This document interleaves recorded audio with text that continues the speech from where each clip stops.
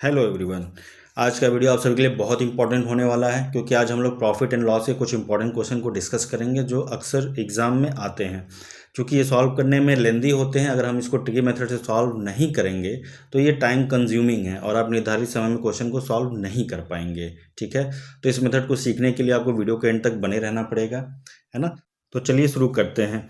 जैसा इस क्वेश्चन में कहा है कि अरुण ने 1 किलो सेब जो है 120 रुपये में ख़रीदा, फिर स्वाति को बेच दिया जिससे उसको 25% का प्रॉफिट होता है।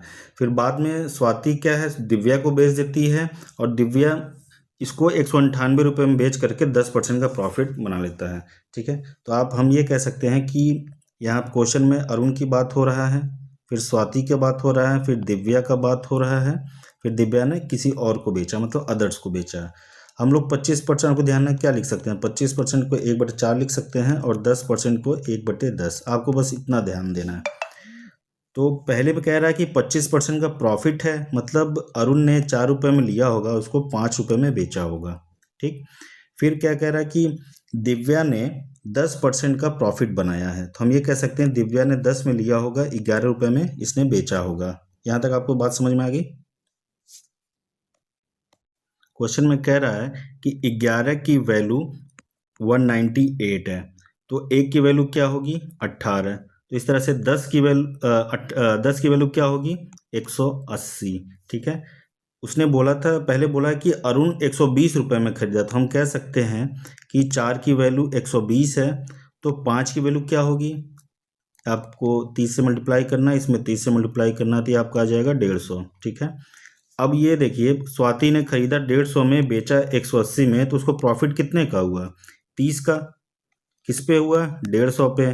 परसेंटेज निकालना है, 100 से गुणा आप कर देंगे, तो जब आप इसको सॉल्व करेंगे तो आपका आ जाएगा 20%। इस तरह से ऑप्शन बी सही हो जाएगा। तो चलिए नेक्स्ट क्वेश्चन को देखते हैं। नेक्स्ट क्वेश्चन में कह रहा है कि एक दुकानदार ने 2 वस्तुओं को 520 रुपये में खरीदा। ठीक है, एक को 16% के मुनाफे पर बेचता है, दूसरे को 10% के नुकसान पर बेचता है, जिससे उसको कुल मिलाकर ना तो प्रॉफिट होता है ना तो लॉस होता है। तो नुकसान पर बेचे गए वस्तु के बिक्री मूल्य पूछ रहा है। ठीक है, आपको एलिगेशन मेथड से इसको सॉल्व करना होगा, जिससे इजी आपका आंसर आ जाएगा। पहले कह रहा 16% प्रॉफिट बेच रहा है, फिर कह रहा 10% के लॉस पे दूसरा बेच रहा है। ठीक है, जिससे उसको प्रॉफिट और लॉस दोनों बराबर हो जाता है। तो यहाँ पे इसकी वैल्यू 0 आ जाएगी। इसको सॉल्व करेंगे तो ये 16 आ जाएगा, ये 10 आ जाएगा। इनका रेशियो कितना आ जाएगा 2 पचे 10, 2 अठी 16। यहाँ तक आपको समझ में आ गया। क्वेश्चन में कह रहा है कि दोनों आइटम को उसने 520 रुपये में खरीदा, तो हम ये कह सकते हैं 13 की वैल्यू कितनी है 520। ठीक है, तो 8 की वैल्यू कितनी होगी 520 गुणे 8/13। जब उसको सॉल्व करेंगे तो आएगा 320 रुपये। ठीक है, तो 320 रुपये आ गया। तो फिर कह रहा है कि जो लॉस है उसको कितने रुपए पे बेचा होगा, तो 10% का नुकसान हो रहा है, तो मतलब 90% पे बेचा होगा। तो 320 का 90% कितना होगा 320 का 90% 288 होगा। ठीक है, इस तरह से ऑप्शन ए सही हो जाएगा। तो चलिए नेक्स्ट क्वेश्चन को देख लेते हैं। एक व्यक्ति किसी वस्तु को बिक्री मूल्य पर 20% के मुनाफे पर बेचता है, उसके बाद जब लागत मूल्य 10% कम कर देता है तो बिक्री मूल्य को भी 10% कम कर देता है, तो लागत मूल्य पर उसको कितना प्रॉफिट हुआ। ठीक है, तो हम ये कह सकते हैं कि अगर सेलिंग प्राइस 100 होगी तो कॉस्ट प्राइस, अगर 20% का प्रॉफिट कमाया सेलिंग प्राइस पे, तो कॉस्ट प्राइस कितना हो जाएगा 80। ठीक है, फिर कह रहा है कि 10% कॉस्ट प्राइस और सेलिंग प्राइस दोनों को कम किया, तो हम ये कह सकते हैं कि इसका 90% कितना आएगा कॉस्ट प्राइस का, ये आपका आएगा 72। ठीक है, फिर 100 पे 10% का भी उसको लॉस हुआ है, तो ये आपका आ जाएगा 90। तो आप देखिए कॉस्ट प्राइस 72 है, सेलिंग प्राइस 90 है, तो प्रॉफिट कितने का है 18 का। किस पे 72 पे। परसेंटेज निकालना है तो 100 से गुणा, ये आपका आ जाएगा 25%। इस तरह से ऑप्शन बी सही हो जाएगा। देखिए कितना इजी वे में हम लोग सॉल्व कर रहे हैं और इससे हम लोग का समय भी बचेगा। अगर हम लोग बेसिक मेथड सॉल्व करने जाएंगे तो काफ़ी लेंदी होगा और एग्ज़ाम में हम लोग समय पर क्वेश्चन को सॉल्व नहीं कर पाएंगे। तो चलिए नेक्स्ट क्वेश्चन को देख लेते हैं। नेक्स्ट क्वेश्चन में कह रहा है कि रमेश जो है 500 रुपये प्रति दर से 10 साइकिल को खरीदता है और उसने सभी साइकिलों की मरम्मत पर 2000 रुपये भी खर्च किए हैं। 10 में से 5 साइकिलों को उसने 750 की दर से बेचा, तब बाकी बचे हुए को 550 की दर से बेचा, तो उसको कितना प्रॉफिट और लॉस पूछ रहा है। ठीक है, कह रहा है टोटल 10 साइकिल हैं, उसने 500 के एवरेज से खरीदा है, तो वो टोटल 10 साइकिल कितने में खरीदा होगा? 5000 में। ठीक है, फिर वो कह रहा है कि मरम्मत पे भी उसने 2000 खर्च किए हैं, तो अगर 2000 खर्च किए हैं तो टोटल खर्च उसको कितना पड़ गया? मतलब 10 साइकिल को उसने 7000 रुपये का टोटल खर्चा पड़ गया होगा उसको। ठीक, फिर बाद में कह रहा है कि 10 साइकिल में से 5 को वह 750 की दर से बेचता है और बाकी बचे हुए को 550 की दर से बेचता है। तो जब आप इसको सॉल्व करेंगे तो ये आएगा 3750 और ये आएगा आपका 2750। जब आप इन दोनों को ऐड करेंगे तो आएगा 6500। ठीक है, अब ये देखिए आप 6500 और ये 7000, तो इन दोनों का अंतर कितना है? 500। क्योंकि हमें पता है प्रॉफिट और लॉस कॉस्ट प्राइस पे ही होता है, तो नीचे क्या आएगा? 7000 आएगा। ठीक है, परसेंटेज निकालना है तो 100 से गुणा, इसको आप जब सॉल्व करेंगे तो आएगा 7 सही 1/7%। ठीक है, तो इस तरह से ऑप्शन डी सही हो जाएगा। तो चलिए नेक्स्ट क्वेश्चन को देखते हैं।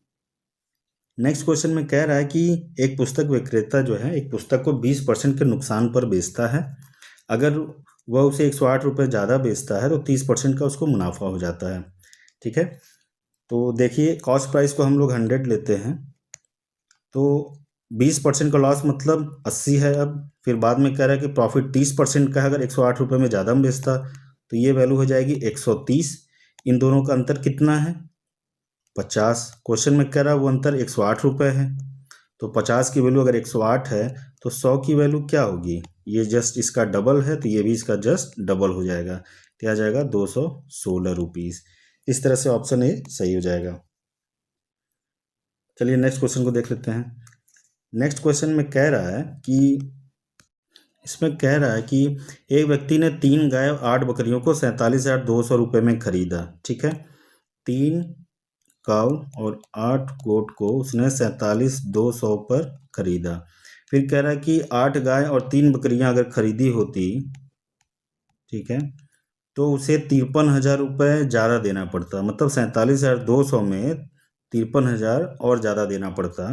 तो जब 47,000 में 53,000 जोड़ेंगे आप तो ये वैल्यू आ जाएगी 1,02,000 रुपये। ठीक, फिर कह रहा है कि एक गाय की कीमत बताइए। ठीक है, इसको सॉल्व करने का जो बेसिक मेथड है कि आप इन दोनों इक्वेशन को एक बार ऐड कर दीजिए फिर सब्ट्रैक्ट कर दीजिए, जिससे सिंगल काउ की वैल्यू आएगी और आपका आंसर निकल जाएगा। लेकिन इतना लंबा जाने की ज़रूरत नहीं है।